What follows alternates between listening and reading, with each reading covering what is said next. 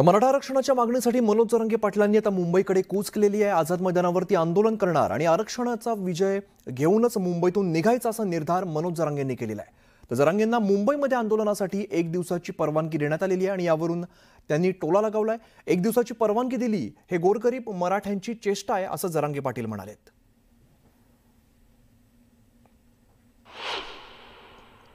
मनोज जरांगे पाटील हे आता किल्ले शिवनेरीवर दाखल झाले। आपल्यासोबत मनोज जरांगे पाटील, दादा काय सांगा, मुंबईच्या दिशेने आपण मुंबईच्या दिशेने निघलेले आता मुंबईच्या दिशेने निघणार म्हणजे आम्हाला परवानगीच आहे ना, आम्हाला परवानगीच आहे, आम्ही जाणार आहे। कारण न्यायदेवता आमच्याशी न्याय करणार होती, न्यायदेवतेने न्याय केला। आम्ही काल आदरपूर्वक सन्मान कौतुक आभार मानलेत न्यायालयाचे, सरकारचे। पण आमचं फक्त एक म्हणणं आहे की कायमची करा, परवानगी कायमची करा। खरं तर एक दिवसाचाच परवानगी दिली आहे, कुठेतरी खोडसाळपणा केला असं वाटतं का तुम्हाला? हो, खोडसाळपणाचं याला काय म्हणतात दुसरं? कारण तुम्ही माननीय न्यायालयाने सांगितल्याच्या नंतर तुम्ही मराठ्यात अशी बातमी केली, आता 1 दिवसाचे देऊ शकता, याचा अर्थ परवानगी देणं तुमच्या हातात होतं। तुम्ही जाणून बुजून मराठ्यांना 1 दिवसाची दिली, जास्त चीड निर्माण झाली। आम्ही सगळ्या नियमाचं पालन करून उपोषण करणार। खरं तर तुम्ही आता किल्ले शिवनेरीवरती शिवाजी महाराज जन्मभूमीवरती नतमस्तक होत आहे, काय सांगाल? शेवटी माझ्या राजाच्या शिवनेरी गडाच्या चरणी नतमस्तक होऊन माती कंपाळाला लावली। ताकद मिळते, ऊर्जा मिळते, बळ मिळतं। यशस्वी होण्याची ही पवित्र भूमी आहे। या भूमीतून दर्शन घेऊन जाणं, कंपाळाला माती लावून जाणं आपलं कर्तव्य आणि ते आपण करतो। खरं तर मागची यात्रा बघितली, आताची यात्रा बघितली, दोनही यात्रांमध्ये तुमची जी गाडी आहे, तुमच्या गाडीमागे छत्रपती शिवाजी महाराजांचा भव्य पुतळा असतो। आज तुम्ही गडावरती नतमस्तक होत आहे। राजांप्रती ही भावना आहे, नक्की या आंदोलनाची प्रेरणा राजा आहेत का?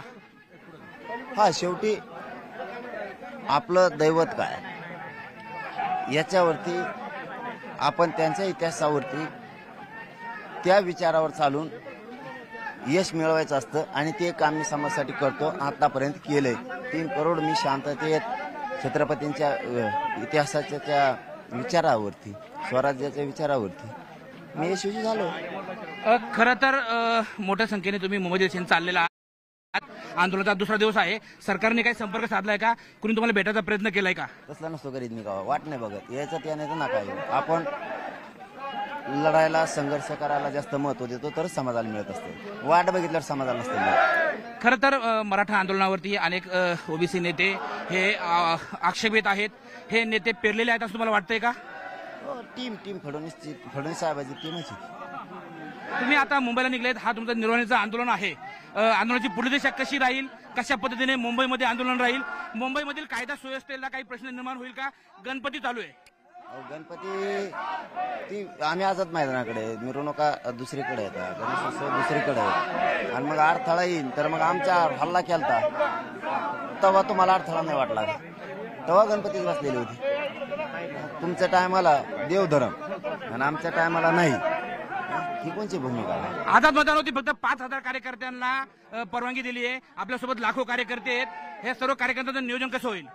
आम्ही टप्प्याटप्प्याने करू, काय अडचण नाही। आमचा सगळ्यांचा उद्देश काय आहे? आरक्षण मिळवणं। आझाद मैदानाला बसणं आणि नुसतं जाऊन तिथं येणं ही उद्देश नाही।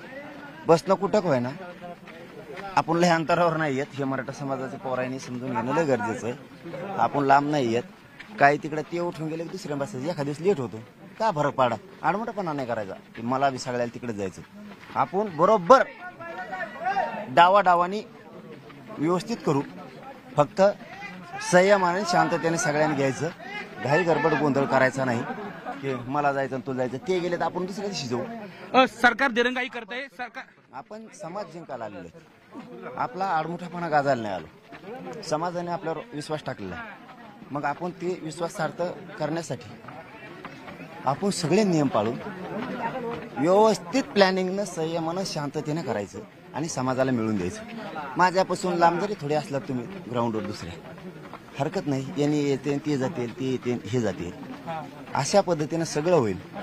एकदाच सगळ्यांनी जाऊन नुसतं मोठे पण होईल, समाजाच्या पदरात नुकसान पडू द्यायचं नाही। त्यामुळे एकदम चाणाक्य बुद्धीनं वागायचं सगळ्यांनी, मराठ्याच्या सगळ्या आंदोलकांनी शांत सरकार दिरंगाई करतंय, काय निर्णयाचा इशारा द्या या आंदोलनाच्या माध्यमातून शिवनेरीवरून? दिरंगाई फिरंगाई नाही, आता नाही ऐकत आम्ही. आता 2 वर्ष वेळ दिलाय, आता नाही. आता पूर्ण मागण्याची अंमलबजावणी. खरं तर आतापर्यंत 2 वर्षाचा वेळ दिलाय. आता हे आंदोलन निर्माणीचं आहे. आता